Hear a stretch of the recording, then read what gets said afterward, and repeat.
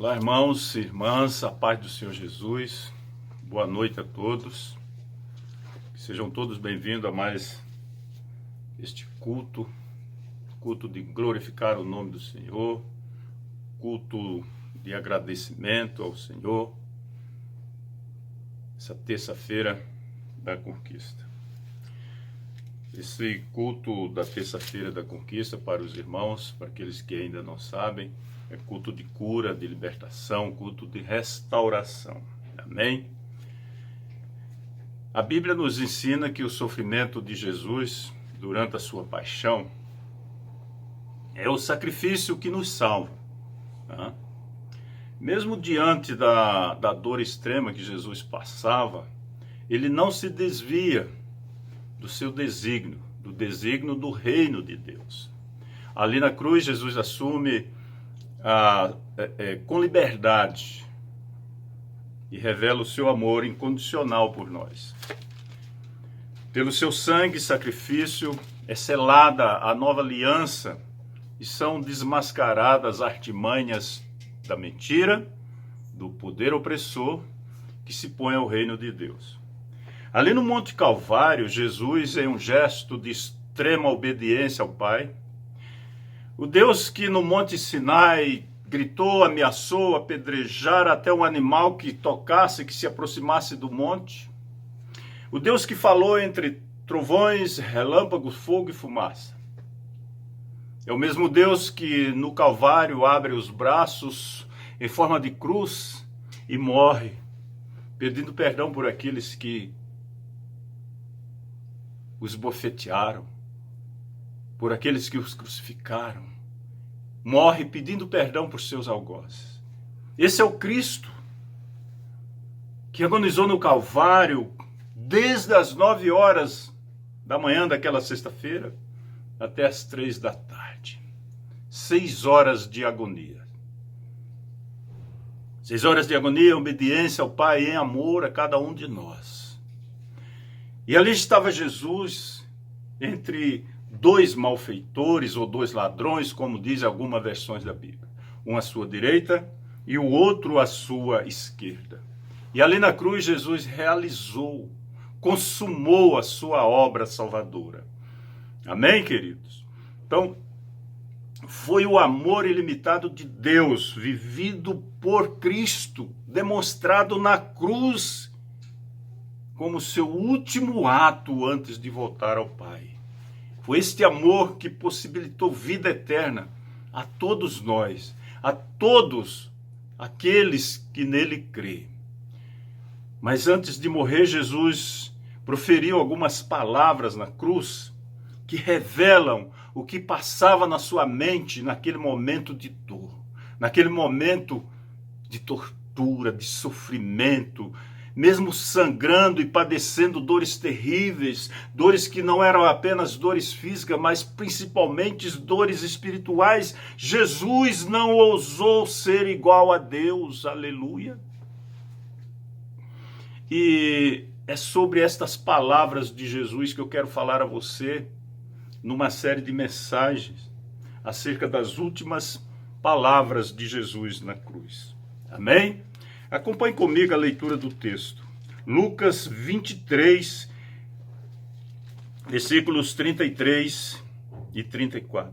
Diz assim a palavra do Senhor. Quando chegaram ao lugar chamado Calvário, ali o crucificaram, bem como aos malfeitores, um à direita, outro à esquerda. Contudo, Jesus dizia: Pai, perdoa-lhes, porque não sabem o que fazem. Aleluia. Eu quero orar com você nessa noite. Pai, em nome de Jesus, eu te glorifico, Senhor, o teu santo nome, a tua santidade. Te agradeço, ó Deus, por este momento e esta oportunidade. Clamamos a ti, Senhor, por tua presença, que o Espírito Santo esteja na direção deste culto, Senhor. Esteja, ó Deus, usando o teu servo conforme o teu querer e a tua vontade. Abre as nossas mentes e os nossos corações para que possamos compreender, Senhor, as tuas palavras, em nome do Pai, do Filho e do Espírito Santo. Amém. Amém, queridos? Então, entendemos então que o Filho de Deus estava ali sendo acusado de 2 crimes, blasfêmias contra Deus e conspiração contra César. Ali houve a união do poder religioso e do poder político, a fim de condenar à morte o próprio Filho de Deus. Então observe que em meio à dor, em meio ao sofrimento, humilhado e desprezado, Jesus, numa demonstração da graça suprema de Deus, profere 7 palavras na cruz, que nos ensina algumas lições. E a primeira lição que eu quero compartilhar com você nesta noite é a humildade de Cristo. Observe que Jesus morreu do mesmo jeito que sempre viveu. Jesus, ele veio ao mundo para buscar e para salvar os perdidos, pecadores. Ele veio para alcançá-los, para perdoá-los, para restaurá-los. Mas quando chegou a hora da sua morte, Jesus morreu no meio deles. Um à sua direita e outro à sua esquerda. Mas o que mais impressiona é que Jesus orou por eles. Jesus ora por aqueles homens pecadores, aqueles homens maus que estão concretizando o último ato da vida de Jesus aqui na terra, estão matando Jesus. Jesus ora por aqueles homens. Mas eu quero que você entenda uma coisa. Jesus, na hora da sua agonia, ele mantém comunhão com Deus através da oração. Através da oração, Jesus mantém comunhão com seu Pai. Ele começou o seu ministério com oração e conclui seu ministério orando ao seu Pai, conversando com seu Pai. Então, entenda uma coisa, meu irmão, minha irmã, você que está me ouvindo nesta noite, você que está em sua casa, com sua família, onde quer que você esteja, ninguém pode ser vitorioso nesta vida se não aprender a viver como Jesus, dependendo completamente, exclusivamente do Pai, colocando toda a sua vida na sua presença, aos seus pés. Não pode nem se imaginar, não podemos pensar que Jesus viveu uma vida vitoriosa nessa terra porque ele era Deus, não. Jesus viveu uma vida vitoriosa.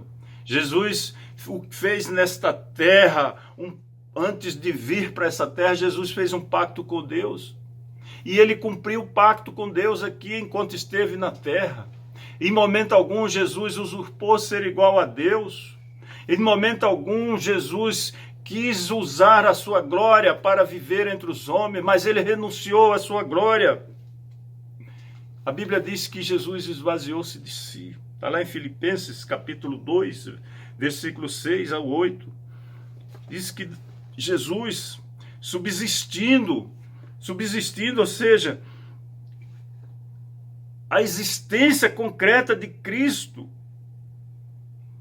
em forma de Deus, não julgou como usurpação o ser igual a Deus.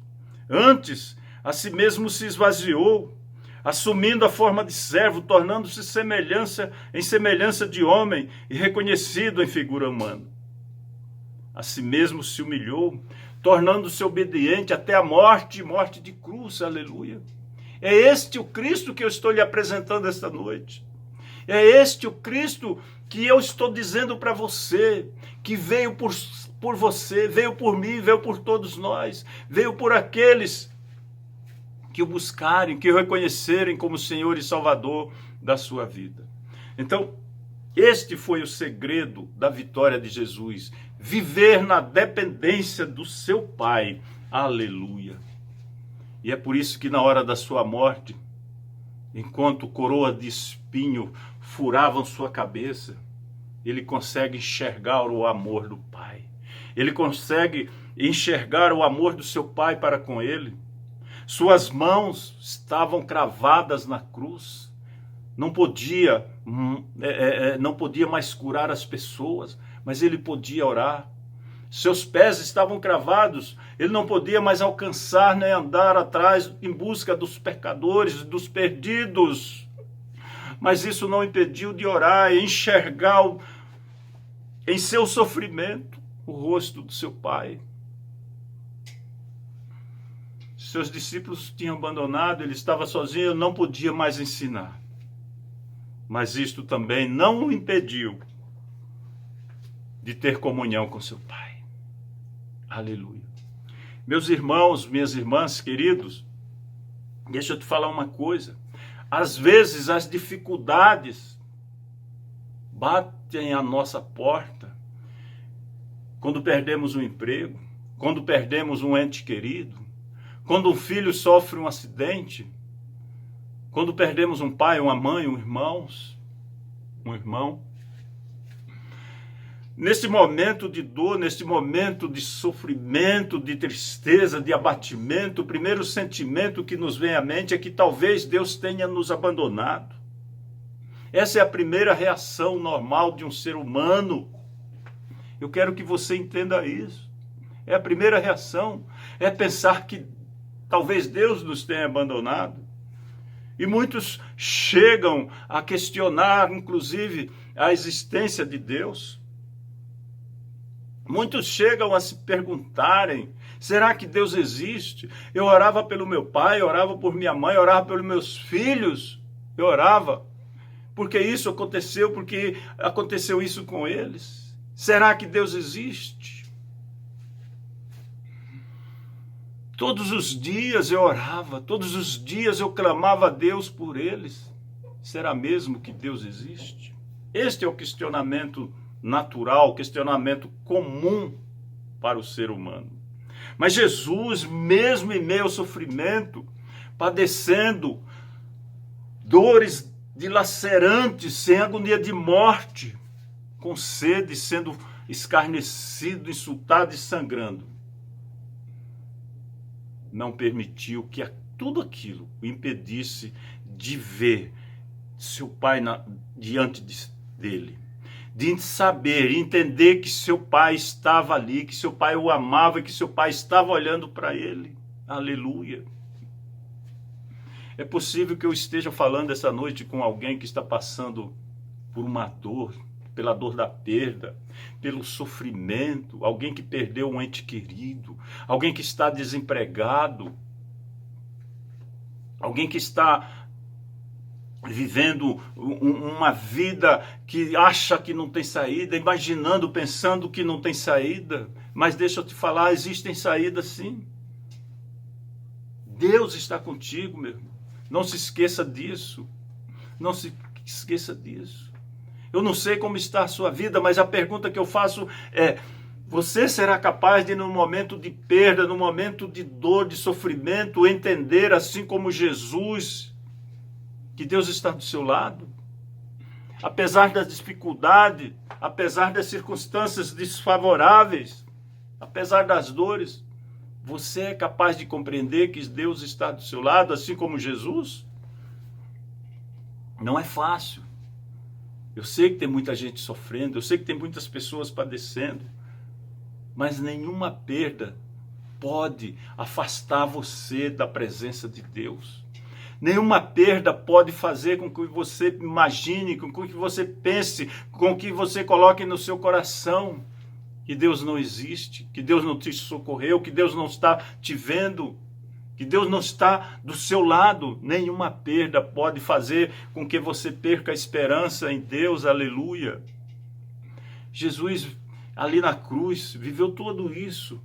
Todas as dores, todos os sofrimentos, seus amigos o haviam abandonado, seus discípulos fugiram, ele foi odiado pela multidão, castigado pelos soldados, acusado falsamente, crucificado injustamente, ferido. Mesmo assim, em meio àquela situação, ele ainda foi capaz de dizer: Pai, perdoa-lhes porque não sabem o que faz. Aleluia, glória a Deus. Foi no Calvário que Jesus viveu, que pregou. Foi no Calvário que Jesus viveu em seu corpo tudo o que ele ensinou, tudo o que ele mostrou a seus discípulos e àqueles que o acompanhavam. E os seus ensinamentos ficaram e estão presentes em nossas vidas até hoje. No Monte Sinai, Jesus disse: amai os vossos inimigos e orai pelos que vos perseguem. Aleluia. Que exemplo maravilhoso. Então, querido, meu irmão, minha irmã, entenda. Ali na cruz do Calvário, Jesus viveu a sua mensagem, aquilo que ele pregou, aquilo que ele ensinou, ele viveu, ele demonstrou de forma prática. Ele saiu das palavras, saiu da teologia, saiu da teoria para praticar o que pregou, para mostrar na prática aquilo que ele viveu e ensinou. Aleluia. Aleluia. Este é o exemplo prático de Jesus. Esta é a primeira lição que aprendemos com Jesus neste texto, nesta passagem. Quando ele diz: Pai, perdoa-lhes porque não sabem o que faz. Perdoa-lhes porque não sabem o que fazem. Amém, queridos? Então, a segunda lição é o valor do perdão. Jesus mesmo estando em uma situação de agonia, passando por todas aquelas provações, Jesus clama ao Pai. Observe que Jesus clama ao Pai, mas não clama por si mesmo. Jesus não clama ao Pai por ele mesmo, Jesus clama por outros. Jesus clama pedindo ajuda, não para si, mas por aqueles que haviam lhe esbofeteado, cuspido em seu rosto, haviam lhe tirado as roupas, lhes colocado uma coroa de espinho na cabeça, pregado suas mãos na cruz e os seus pés. Jesus ora por aqueles. Você está entendendo o amor de Jesus? Você está entendendo? Qualquer pessoa, meu irmão, qualquer pessoa que esteja numa situação numa situação que ele julga que não tem mais saída, que esteja condenado à morte por alguma enfermidade, com certeza ele não se ajoelharia, ele não clamaria a Deus por outra pessoa, mas sim por ele mesmo. Ele clamaria para que Deus restabelecesse a sua saúde, restabelecesse a sua paz. Amém? Foi isso que fez o rei Ezequias. Quando o profeta Isaías vai até a casa do rei Ezequias, está no segundo livro dos Reis, capítulo 20. Isaías vai até a casa do rei Ezequias e diz para ele: assim diz o Senhor, põe em ordem a tua casa, porque morrerás e não viverás. Põe em ordem a tua casa, porque morrerás e não viverás. E o que foi que fez o rei Ezequias? Diz a Bíblia que ele virou o rosto para a parede e orou ao Senhor, dizendo: lembra-te, Senhor, peço-te que andei diante de ti com fidelidade, com inteireza de coração, e fiz o que era reto aos teus olhos. E chorou muitíssimo. É esta atitude normal, a reação normal de um ser humano. Aleluia. Mas essa não foi a atitude de Jesus. Mesmo estando naquela situação, ali na cruz, rejeitado, abandonado, desprezado, ele não orou por ele, mas orou por ele, não orou por ele, não pediu por ele, mas pediu por aqueles que o haviam crucificado na cruz. Ele não disse: Pai, liberta-me dessa situação, tira esta dor. Não. Se nós recordarmos em Lucas, lá no Monte Getsemane, quando Jesus está orando, diz a Bíblia que o seu suor pareciam gotas de sangue. E Jesus, orando ao Pai, disse: Pai, se possível, afasta de mim este cálice. Mas, contudo, seja feita a tua vontade, aleluia. E foi isso que Jesus fez na cruz. E foi isso que ele fez. Ele não pediu por libertação. Não pediu para que Deus tirasse a sua dor. Ele não fez como Pedro, quando estava afundando na água lá no mar, que estava caminhando sobre a água, que disse que quando percebeu que estava afundando, Pedro clamou imediatamente: salva-me, Senhor. Jesus não fez isso. Jesus não clamou por ele, mas clamou por mim, clamou por você, aleluia. Clamou por todos aqueles que vierem a se arrepender e o confessarem como Senhor e Salvador da sua vida, aleluia. Jesus orou por aqueles que traspassaram suas mãos e seus pés com pregos e lhe cravaram na cruz. Jesus orou e pediu que Deus lhes perdoasse os pecados. E foi por esses que Jesus orou. Foi por mim, foi por você, porque os nossos pecados foram que colocaram Jesus na cruz. Porque como diz o profeta Isaías no capítulo 53, que, no versículo 10, diz que todavia o Senhor agradou moê-lo. E por que Deus agradou-se em moer o seu filho? É por causa dos nossos pecados. Deus está virado com pecado, como está irado até hoje. E Deus, no gesto de amor pela humanidade, pelo homem, por sua criação, Deus então coloca todas as nossas iniquidades, conforme diz o profeta Isaías no capítulo 53, que ele tomou sobre si as nossas perdão.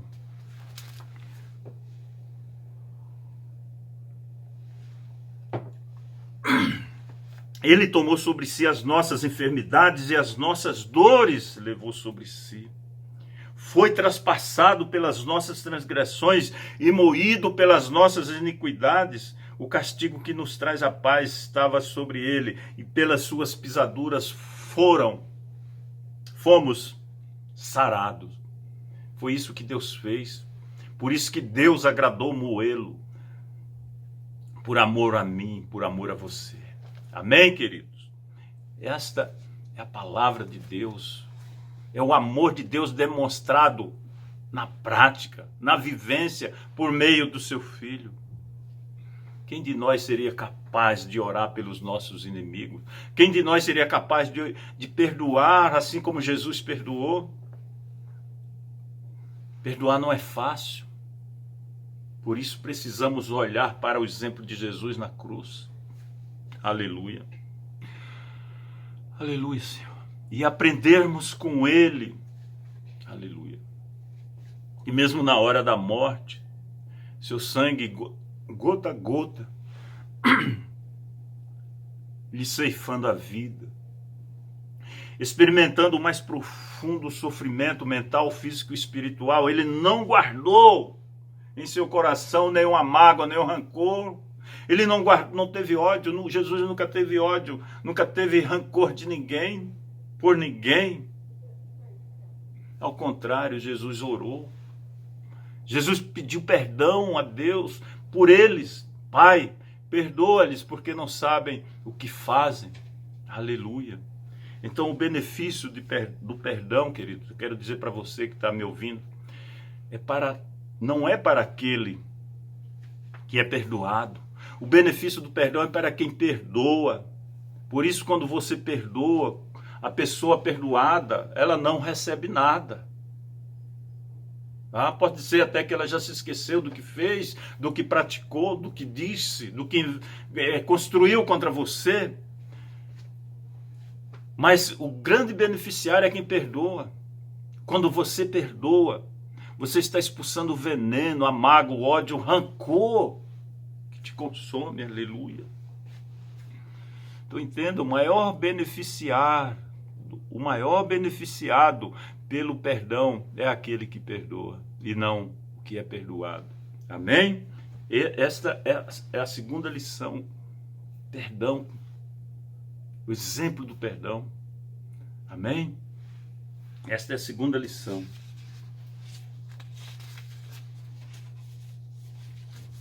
Então, o perdão tem um valor muito grande, principalmente para quem perdoa.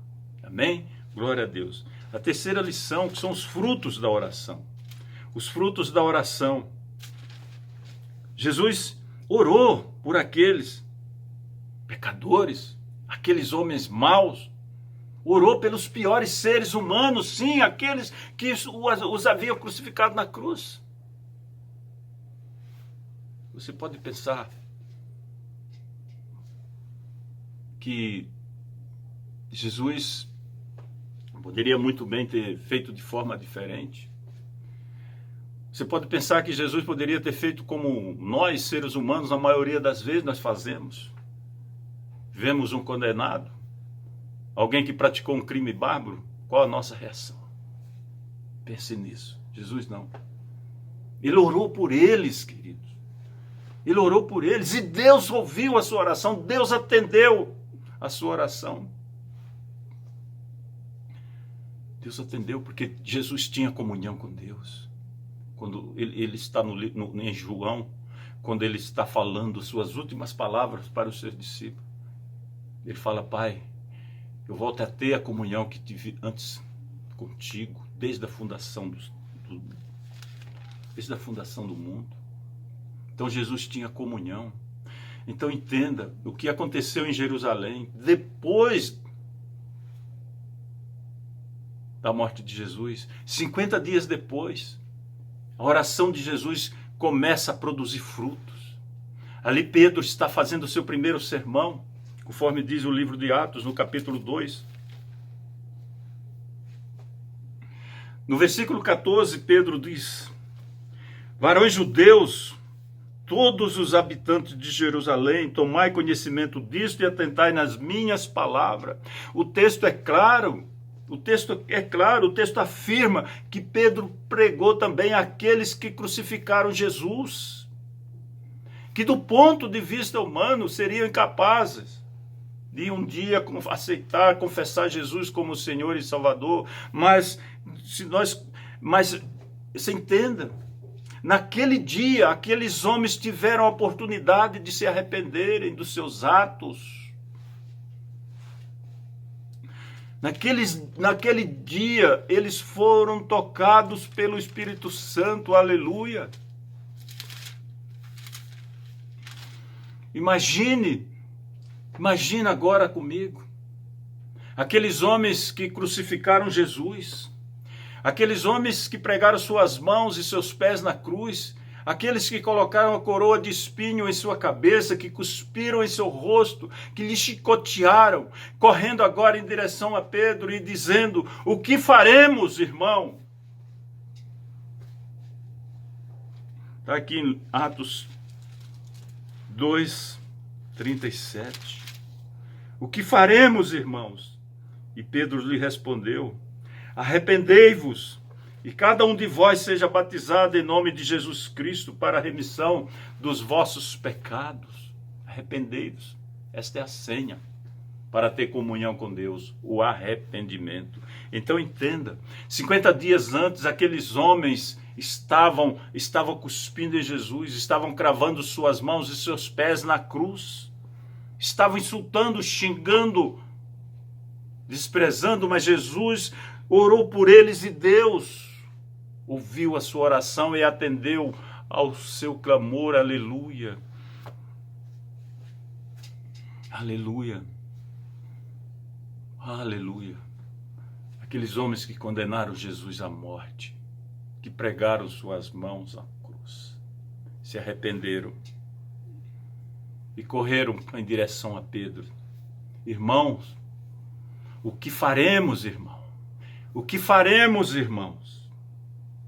É a única resposta para nossos pecados, nossas iniquidades. É arrependimento. Arrependei-vos, disse Pedro, e cada um de vós seja batizado em nome de Jesus Cristo, para a remissão dos pecados, aleluia. Eu quero terminar, querido, esta noite. Quero terminar falando com você, ou para você, que por maior que tenha sido a mágoa, a dor que você já sofreu, está passando, que alguém já causou em sua vida, aleluia. Não deixe de orar por esta pessoa, não deixe de perdoar, exerça o perdão sobre a vida dela, porque o maior beneficiário será você. Entregue no altar do Senhor aqueles que por algum motivo feriu você, Senhor. Não alimente o ódio, não alimente o rancor. Continue orando por aqueles que talvez se tornem diferentes em relação a Jesus. Não desista. Ore pelos piores, faça como Jesus. Ore por aqueles que, em sua opinião, não tem mais jeito, você acha que não tem mais jeito, não tem mais remédio. ore por eles. Esposa, continue orando pelo seu marido. Maridos, continue orando por suas esposas. Pais, continue orando por seus filhos. Não desiste, não desanime, continue orando por seus amigos. Continue orando por aqueles que te magoaram, que te feriram. Aleluia.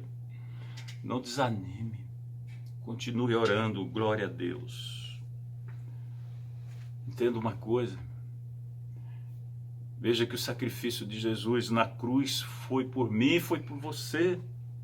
Você tem consciência disso? Aleluia. Você está entendendo o valor do sacrifício de Jesus? Foram os nossos pecados que crucificaram Jesus. E por isso Deus agradou-se em moê-lo, conforme diz o profeta Isaías.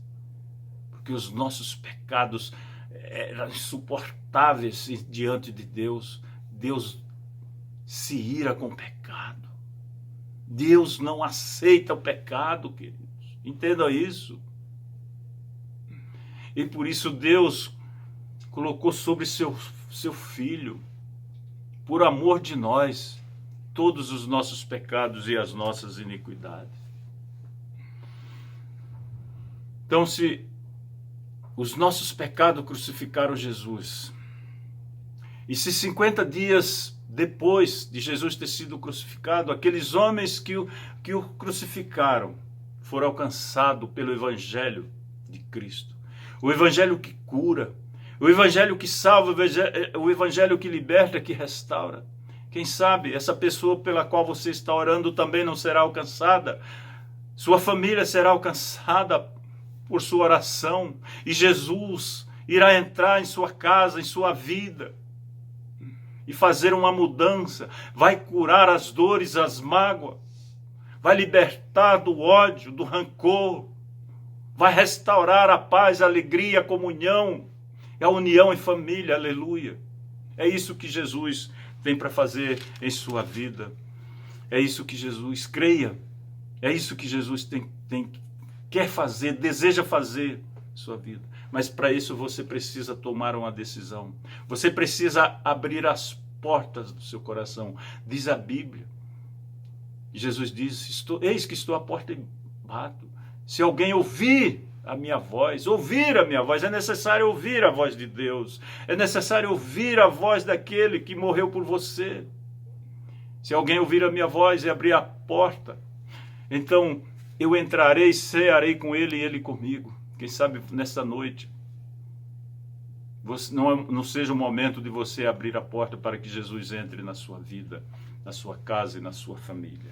Amém? Glória a Deus. Aleluia. E eu quero orar por você nessa noite. Glória a Deus. Senhor, em nome de Jesus, eu glorifico a Ti, Senhor, por este momento. Eu te agradeço, Senhor, pela oportunidade, pela Tua, meu Deus, Teu amor, Tua obra em minha vida, Senhor. Por Tua misericórdia, Senhor. Tua graça maravilhosa. E em nome de Jesus, meu Pai, abençoe as famílias que estão ouvindo esta mensagem. Abençoe, Senhor, os pais, as mães, os filhos. Abençoe todo aquele que, Senhor, que também vier ouvir, Senhor, esta mensagem. Guarda suas vidas, seus corações, toca, Senhor, na sua mente, para que eles possam, ó Deus, experimentar qual seja boa, qual seja agradável e perfeita vontade que o Senhor tem para a vida de cada um, meu Pai. Em nome de Jesus, eu te peço, Senhor, em nome do Pai, do Filho e do Espírito Santo. Amém. Glória a Deus.